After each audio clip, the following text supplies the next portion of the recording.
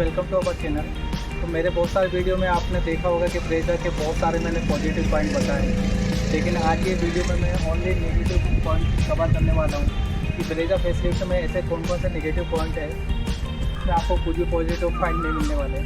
तो चलिए इस वीडियो को आगे बढ़ाते हैं। अगर आपने हमारे चैनल को सब्सक्राइब नहीं किया तो प्लीज़ सब्सक्राइब अवर चैनल। क्या क्या नेगेटिव पॉइंट है ब्रेजा फेसलिफ्ट के और क्या क्या कमियाँ मुझे लगी ब्रेजा में, चलिए वीडियो को आगे बढ़ाते हैं।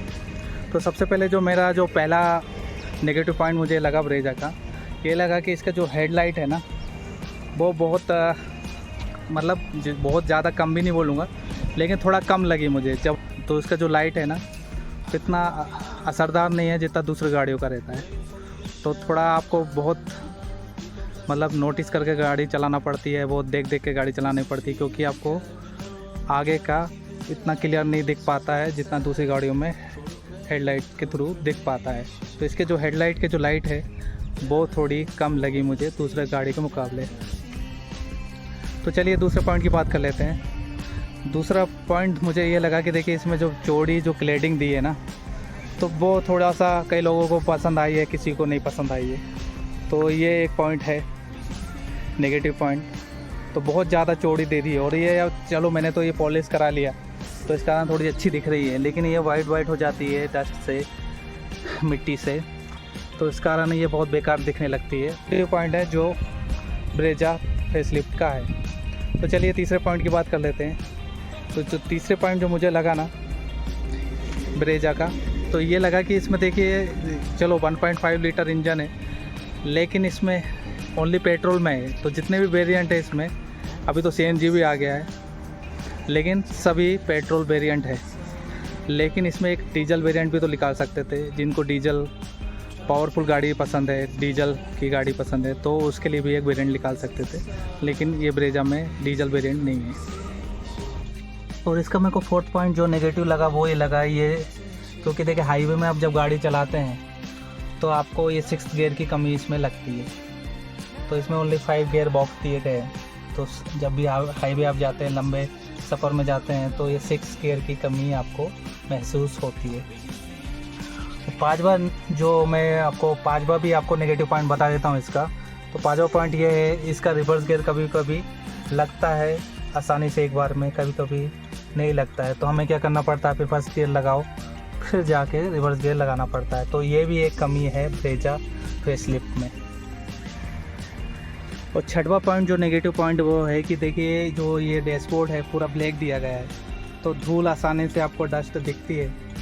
वहीं अगर ये ड्यूअल टोन में या दूसरे कलर के कॉम्बिनेशन में दे देते तो शायद इतनी डस्ट दिखती नहीं जितनी इसमें दिखती है। तो डैशबोर्ड काफ़ी वही है, अगर आप विंडो ओपन करके गाड़ी चलाते हैं तो डैशबोर्ड आपको बहुत जल्दी गंदा दिखने लगता है। तो ये भी एक नेगेटिव पॉइंट लगा ब्रेजा फेसलिफ्ट का।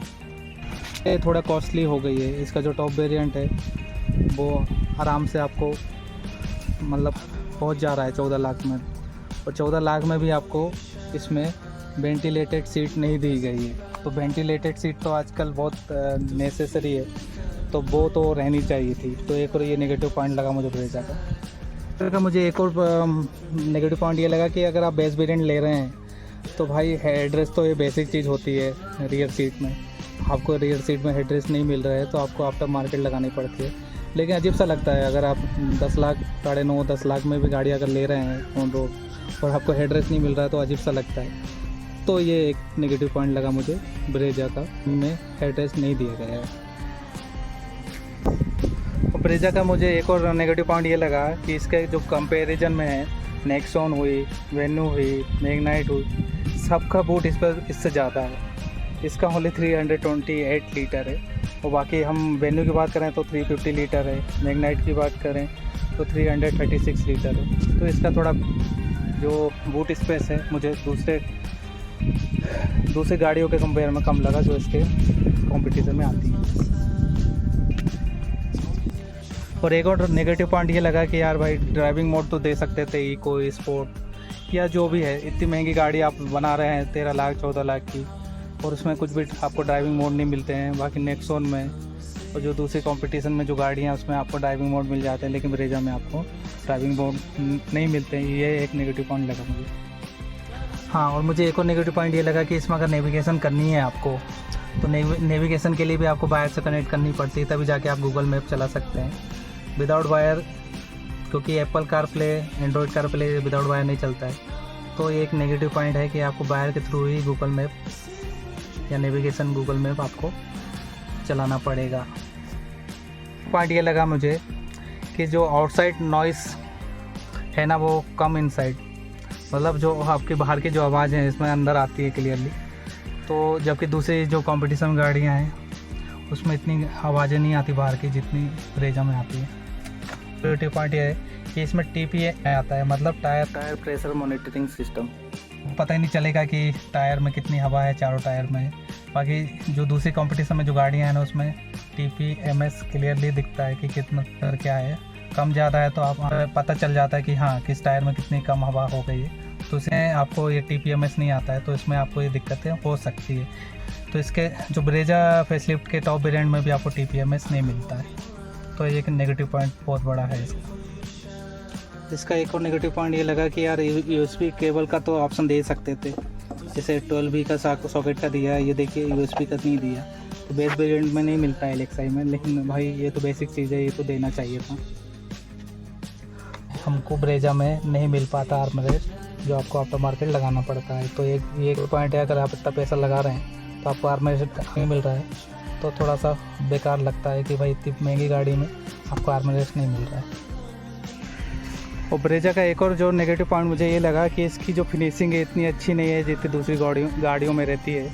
तो देखिए ये बहुत ज़्यादा गैप दिखता है, और इसकी जो फिनिशिंग है ना इतनी अच्छी नहीं है जितनी दूसरी गाड़ियों में, जो इसकी कंपटीशन में जो दो गाड़ियाँ रहती हैं ना, वो उसकी फिनिशिंग रहती है। देखिए बहुत बड़ा गैप हो जाता है। और कारण इसमें क्या होता है, आ जाती है या मिट्टी आ जाती है, तो ये प्रॉब्लम आपको हो सकती है।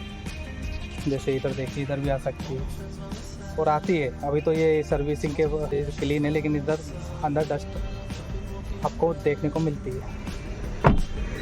और इसका एक और नेगेटिव पॉइंट ये लगा कि यार इसमें फ्रंट मिलते हैं, बैक सेंसर तो आपको मिल जाते हैं, लेकिन फ्रंट सेंसर भी आजकल सभी गाड़ियों में दे रहे हैं, तो ये आपको इसमें फैसिलिटी नहीं मिल पाती है। ब्रेजा फेसलिफ्ट का एक और रीज़न मुझे ये लगा नेगेटिव पॉइंट कि यार देखिए LXi आपको अगर 9.5 लाख तक आ रही है, तो BXi आपको 1,40,000 ज़्यादा देना पड़ रहे हैं BXi के लिए। तो जो ओवर प्राइस मुझे BXi लगी, तो ये भी एक नेगेटिव पॉइंट है। अगर आपको BXi भी रखनी थी तो वो मतलब बर्थ नहीं लग रही है कि इतने, अगर आप 1.5 लाख एक्स्ट्रा भी लगा रहे हैं तो 1.5 लाख में आपको वो चीज़ मिल रही है, तो आप जा भी सकते हैं। लेकिन LXi के बाद सीधे BXi में 1.5 लाख का फ़र्क है, तो ये भी एक नेगेटिव पॉइंट मुझे लगा ब्रेजा फेसलिफ्ट का। और तो ये आपको वीडियो कैसा लगा आप हमें कमेंट बॉक्स में बता सकते हैं। और ऐसी वीडियो देखने के लिए हमारे चैनल को सब्सक्राइब कीजिए, लाइक कीजिए, शेयर कीजिए। Thank you for watching. जय हिंद।